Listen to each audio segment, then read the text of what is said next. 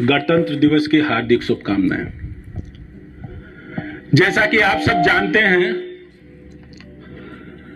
26 जनवरी सन 1950 को हमारा संविधान लागू हुआ। संविधान के जन्मदाता डॉक्टर भीमराव अंबेडकर साहब को मेरा सत सत नमन। डॉक्टर साहब की एक एक लेखनी आज भी हमारे जीवन की अमृत धारा बनी हुई है। आज भाई भाई में दरार नहीं, दीवार पड़ गई है। कोई किसी का सहारा नहीं बनना चाहता। आखिर बेजान बैसाखी से कब तक सहारा मिलेगा? कितने होंगे चोर जहां सच्चाई का मुखौटा चमक रहा होगा।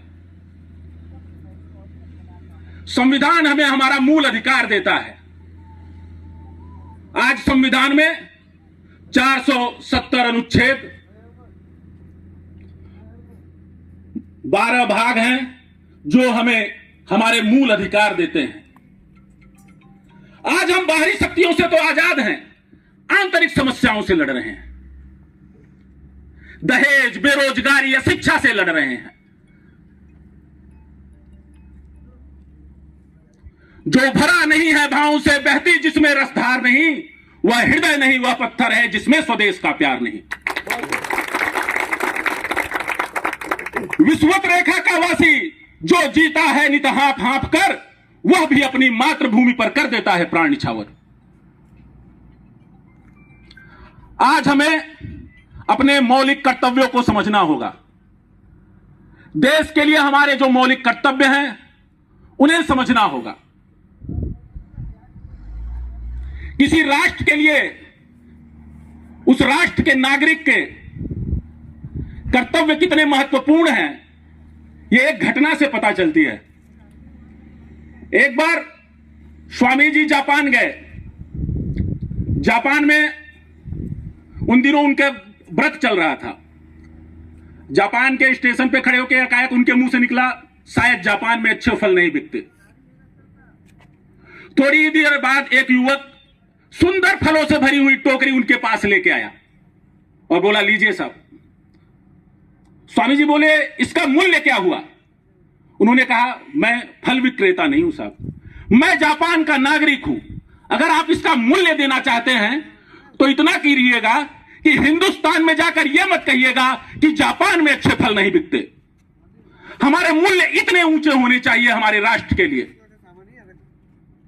जबी बेच देंगे या आसमां बेच देंगे, कलम के सिपाही अगर सो गए तुम, वतन के ये नेता वतन बेच देंगे।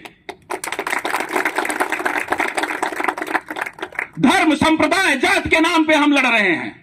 हिंदू की नहीं है, मुस्लिम की नहीं है, हिंदुस्तान सिर्फ शहीदों की जमी है।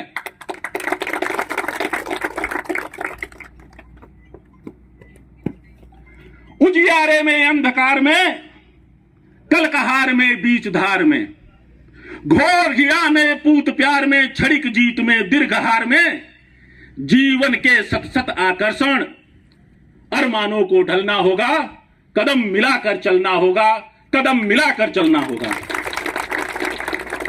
कुमार विश्वास साहब की एक लाइन है, उसे भी मैं कहना चाहूंगा कि है नमन उनको कि जो इस देह को अमृतत्व देके, है नमन उनको कि जो इस देह को अमृतत्व देके इस जगत में शौर्य की जीवित कहानी हो गए।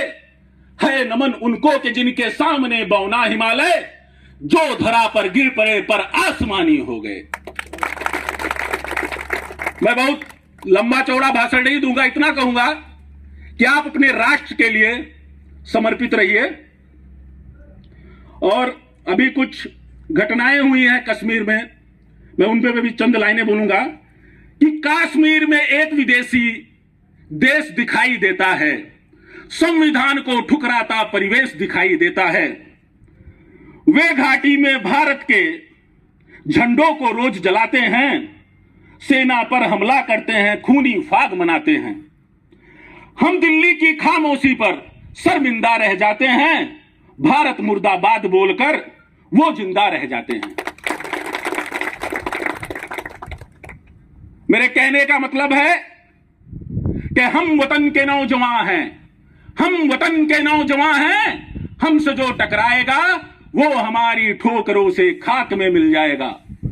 वक्त के तूफान में बह जाएंगे जुल्मो सितम, आसमां पर यह तिरंगा उम्र भर लहराएगा। चंद लाइनें आप लोगों के लिए, आप लोग सिपाही हैं इस देश के, बड़े ही गर्व की बात है। लीडरों की धूम है, फॉलोअर कोई नहीं। सब तो यहां जर्नल हैं, सब तो यहां साहेब हैं, आखिर सिपाही कौन? जाते जाते एक और उक्ति कहूंगा और अपनी बात को विराम करूंगा कि सरफरोशी की तमन्ना अब हमारे दिल में है, देखना है जोर कितना बाजुए का दिल में है। वक्त आने दे बता देंगे तुझे ऐ आशमा, हम अभी से क्या बताएं क्या हमारे दिल में है। भारत माता की, भारत माता की, इंकलाब, इंकलाब, जय हिंद, जय भारत, धन्यवाद।